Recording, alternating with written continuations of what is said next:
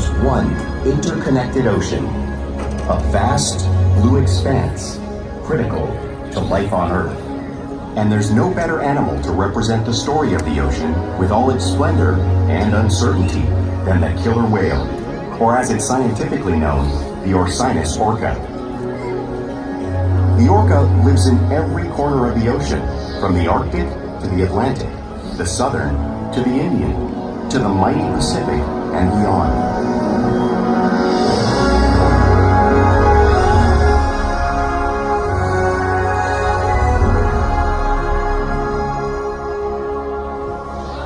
This whale's story is the ocean's story, and it is one we all share.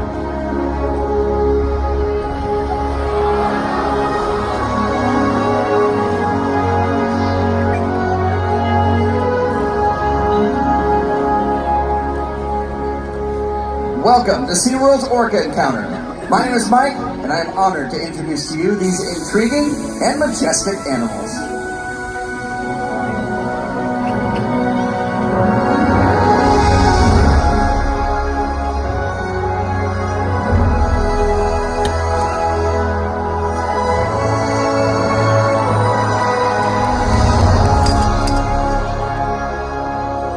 There's nothing like seeing a killer whale up close, learning about them and their natural behavior. We hope this Orca Encounter helps you better understand these magnificent creatures and everything they represent.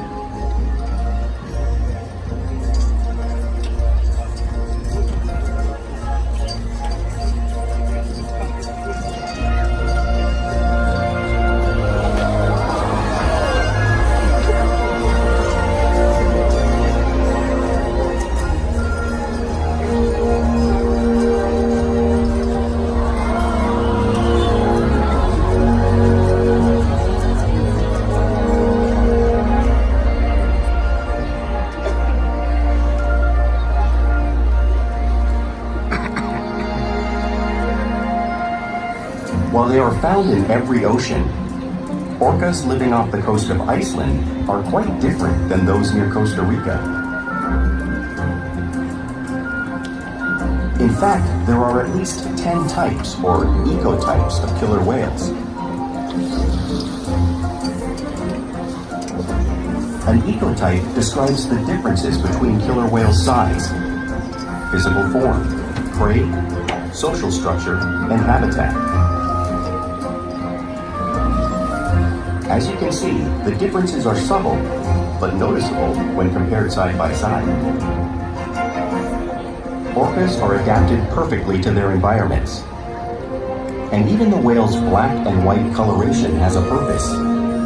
It camouflages the outline of their bodies in the water, making it easier for them to surprise and catch their prey.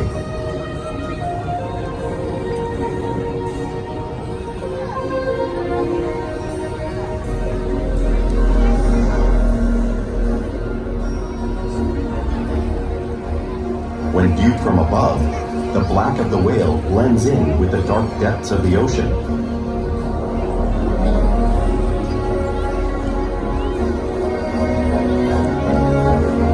When viewed from below, the orca's white bellies match the brighter surface of the water, blending with the light above, giving them the perfect camouflage.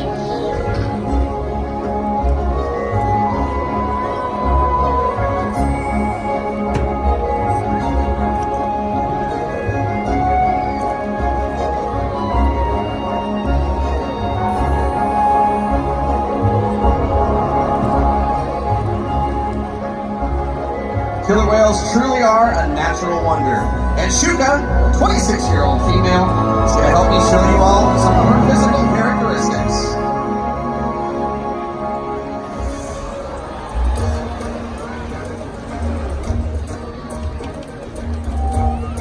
Her blowhole is perfectly designed for getting a quick breath of air right at the surface. And even the location of her eyes works to her advantage. It looks like they're in this white eye patch, but that is actually a visual distraction. Her eyes are located right in front of the eye patch, camouflaged from thrashing prey. The fin on her back is called a dorsal fin and helps stabilize Shuka while she swims. There are no bones or muscles inside a dorsal fin, so sometimes, like Shuka's, dorsal fins may curve. The flippers on either side of her body are called pectoral flippers and are mainly used for steering and stopping. Pectoral flippers contain 5 bony digits inside them, similar to a human hand.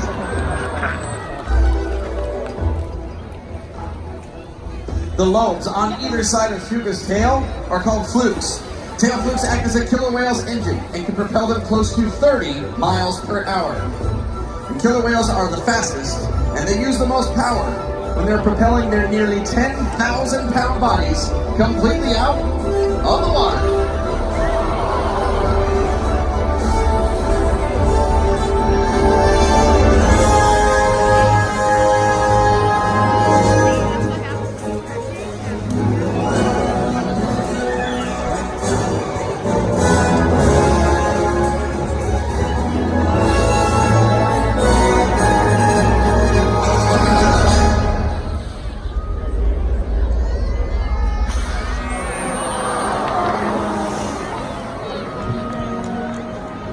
Killer whales are highly social animals with a well-defined social structure. An orca pod is always led by a female. Though just half the size of her male counterpart, she is in charge. It's all about attitude, not size. Because they live and work as a group, orcas need to communicate with sounds and body language. Orcas use clicks for echolocation or navigation.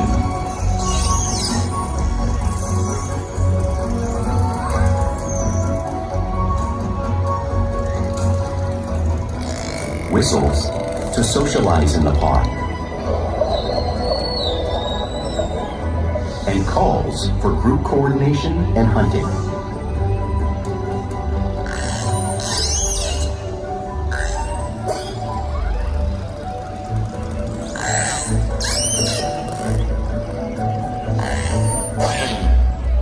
Vocal development studies here at SeaWorld show that early on, calves learn vocalization from their mothers. But as they grow, they learn from others close to them as well. This is a bottlenose dolphin call that Shuka learned and even taught other killer whales here at SeaWorld. In fact, orcas are the largest members of the dolphin family.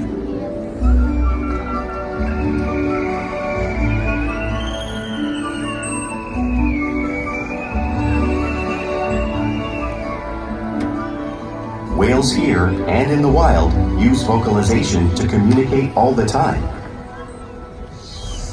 Like most animals, killer whales use body language as part of their communication. Pectoral slaps are used to show dominance or just to get noticed. For example, a mother may use a pec slap to get her calf's attention.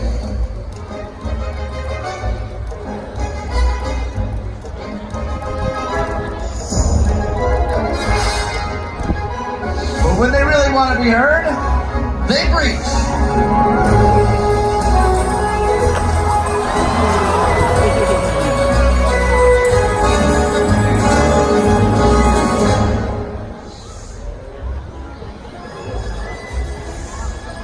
Spy hopping is how killer whales coordinate, get a better view of their surroundings while they hunt.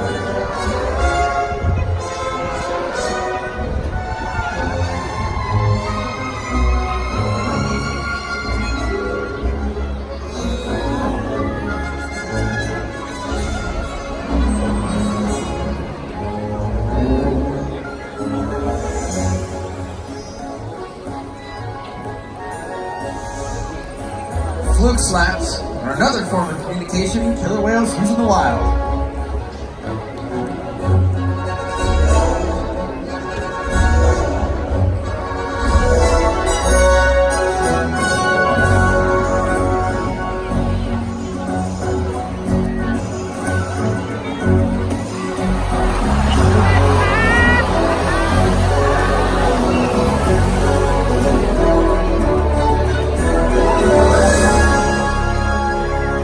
Killer whales are great communicators, so it's no surprise they are at the top of the ocean's food chain.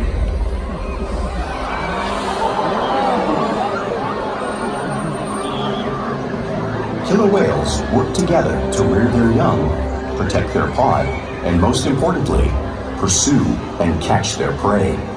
Every day they cooperate to survive in the wild oceans of the world. The orca's hunting techniques are as varied as the whales themselves. Norwegian killer whales will circle herring, herding them together.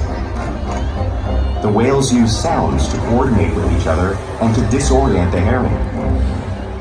With the fish confused and contained, the whales stun them with their powerful tail flukes, making for an easy meal.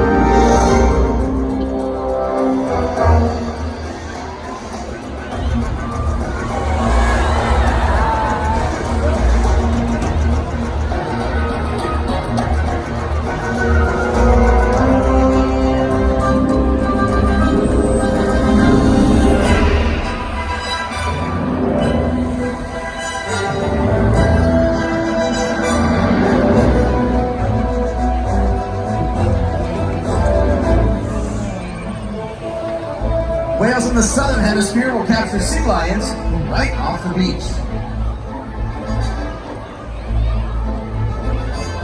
Watch as Shuka shows you a similar movement right here in front of you.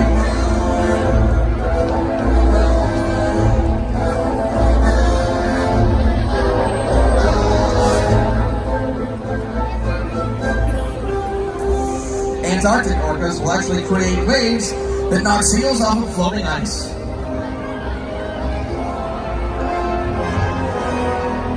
Aikaika is demonstrating one of these same wave-making techniques, showing off one of the many impressive hunting abilities killer whales have developed all over the world.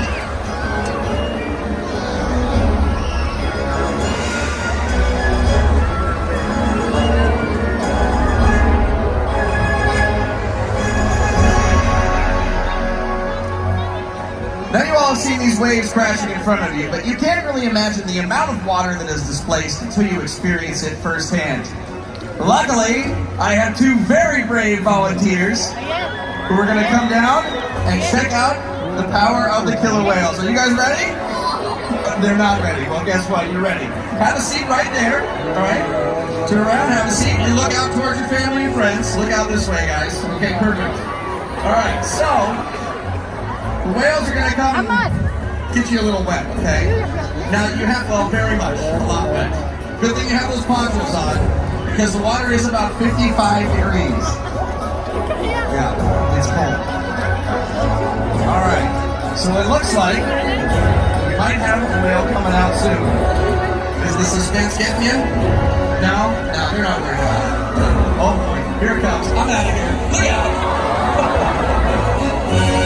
Not too bad, right? Piece of cake! Yeah, they wore ponchos. They're very smart. Give it up for our volunteers, everybody, for withstanding the wave of the killer whales. Good job. Might need new shoes, though. Thanks, guys. Good job. Now, because they're found in every single ocean, it's no surprise killer whales prey on all types of animals, including other whales. The blue whale on the screen is the largest animal on Earth. It's 5 times longer and 50 times heavier than a whale even like Aikaika size. So how does a whale that size prey on a whale that size out in the ocean? Well, it's possible because killer whales are the ultimate team players.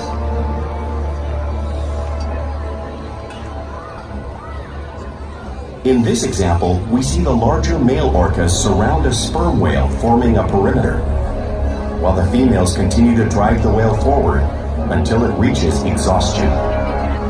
The calves then move in to join the adults in the group. Whatever their prey, killer whales always cooperate and hunt together, making them a highly successful predator.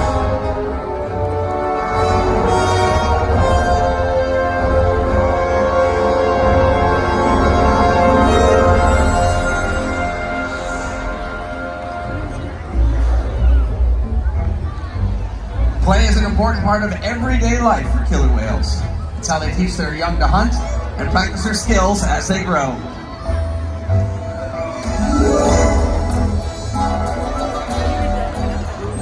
Killer whales are always learning from each other, not only here at SeaWorld, but also out in the wild. Porpoising is when killer whales swim fast to the surface, breaking up and out of the water briefly.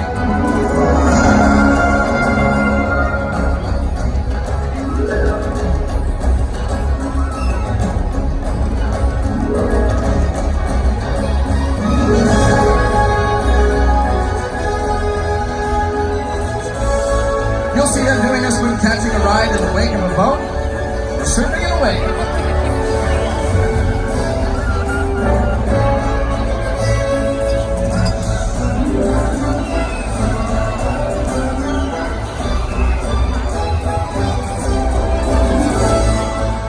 Killer whales like to be touched and will rub their bellies on rocks when they can. Now often here at SeaWorld you'll see the whales doing the same type of tactile behavior, just like you would see on the beaches of British Columbia.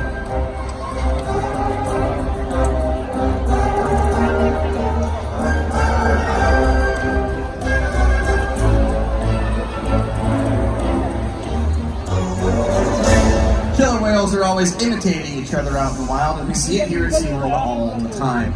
They're constantly mimicking and learning from each other.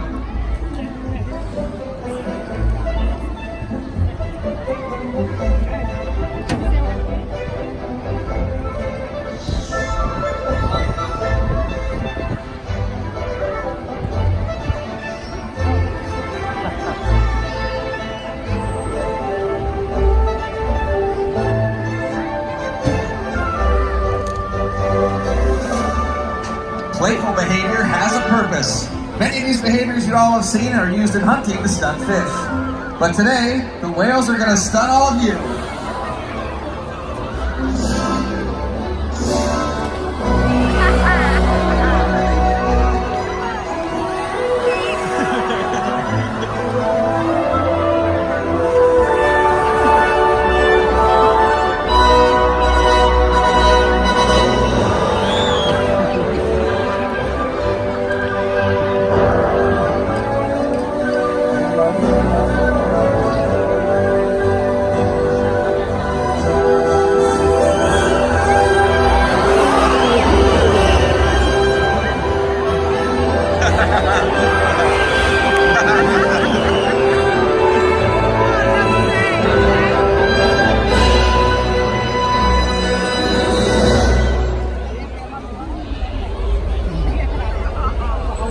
We interact with our whales every day, which allows us to share trusted relationships in order to provide healthcare, research, and quality of life.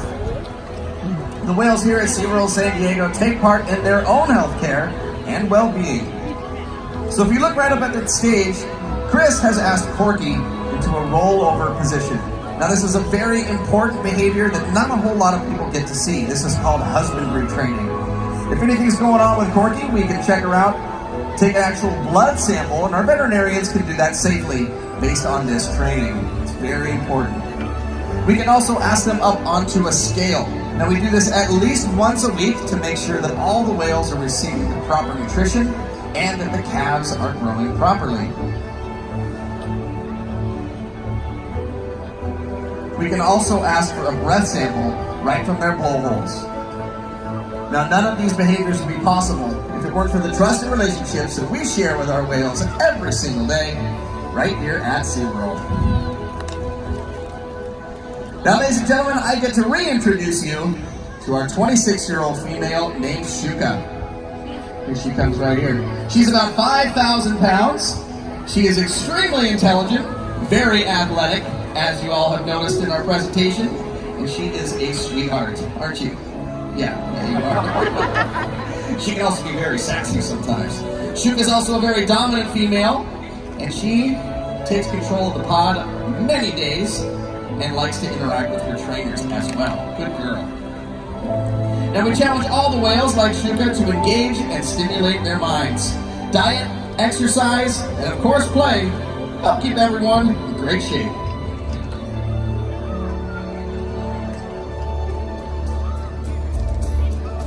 The whales here at SeaWorld have helped killer whales in the wild by participating in many research studies.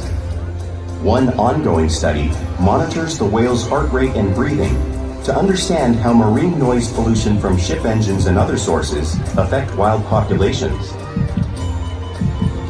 In another study, scientists from NOAA, the National Oceanic and Atmospheric Administration, took measurements of the killer whales living here, including pregnant whales. By comparing these measurements with drone footage of killer whales in the wild, scientists are able to monitor the wild population's nutritional and reproductive states. other research has been done here at SeaWorld on the mother whale's milk composition. This research will help create an effective model to understand how toxins in the ocean impact wild killer whales and their milk supply. What we learn from the whales in our care every day is actively helping whales in the wild survive. And just by being here today, you've supported our rescue, research, and conservation efforts all around the world. If we work together, like the killer whale, we can protect the future of the Orcas orca and this beautiful planet that we all share.